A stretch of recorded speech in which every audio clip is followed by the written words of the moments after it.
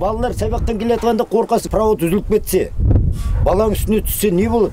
Бұл Тайтөбе тұрғындарының жан айқайы. Электр бағаналарын тұрғызып, көрші орналасқан трансформаторды пайдаланып отырған олар желіні 40 жамап шаршадық дейді. Тоқтың күші жетпегендіктен кешқұрым мұнда тіршілікте тоқтайды. Ал дауылда сығырайған жарыққа да зар болып қаламыз дейді ашынған жұрт. Техника деген қоса алмаймыз. Қосатынымыз холодильник, оның өзі слабый болғандықтан күйіп қалады. Мен 19-да көшіп келгенде айтқан, міне 20-шы жаңа жылға дейін светпен отырасыздар деп. Міне 22-ге қалды. Әлі свет жоқ, тастап кеткен тастанды баланың ар жақ бер жағындамыз. Бағана орнатуға шамасы келмеген көшелерге тіпті азап. Көріп тұрғандарыңыздай, мына жерде бірде-бір электр бағаналары жоқ. Тайтөбенің тұрғындары ескі ауылдан, яғни жолдың арғы бетінен электр сымдарын жердің бетімен емес, астымен тартып алған.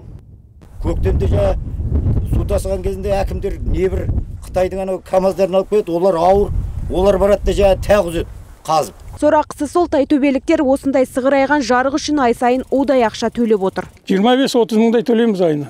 Ең аз жақпаған күні 30-25 мың төлейміз ғой. Үйді тоқпен жылтып отырған халық қыста сыз тартқан бөлмеде отырып шаршадық дейді. Мына пеш негізі температура көтерілген сайын бұл мүмкін асылып кету керек.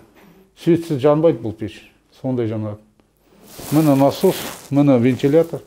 Бәрі светпес. Тұрғындардың айтуынша бұл мәселеге әкімдік тіпті пысқырып та қарамайды екен. Енді Қосшы ауылының мәртебесі өскен соң тіпті шешусіз қалама деп қауіптенеді. Қазір өзі не болып жатқанымызды білмейміз. Қосшыны қала қылды дейді. Бізді Целиноградта қалдыра ма, Қосшыға қоса ма? Жаңа әкімдік көрген жоқпыз. Ал әкімдік шағымданған ауылға 15 күнде бағана орнату жұмыстарына кірісеміз деп ақталды. Бірақ толықтай жарықпен қамтуға биыл үлгермейді екен. Себебі қаржы бөлінбеген.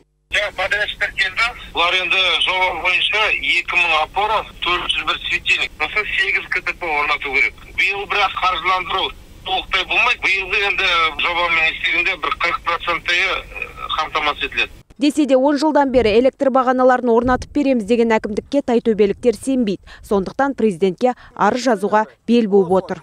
Ая Мүтәлі, Санат Иманғали, Айбат, жаңалықтар қызметі.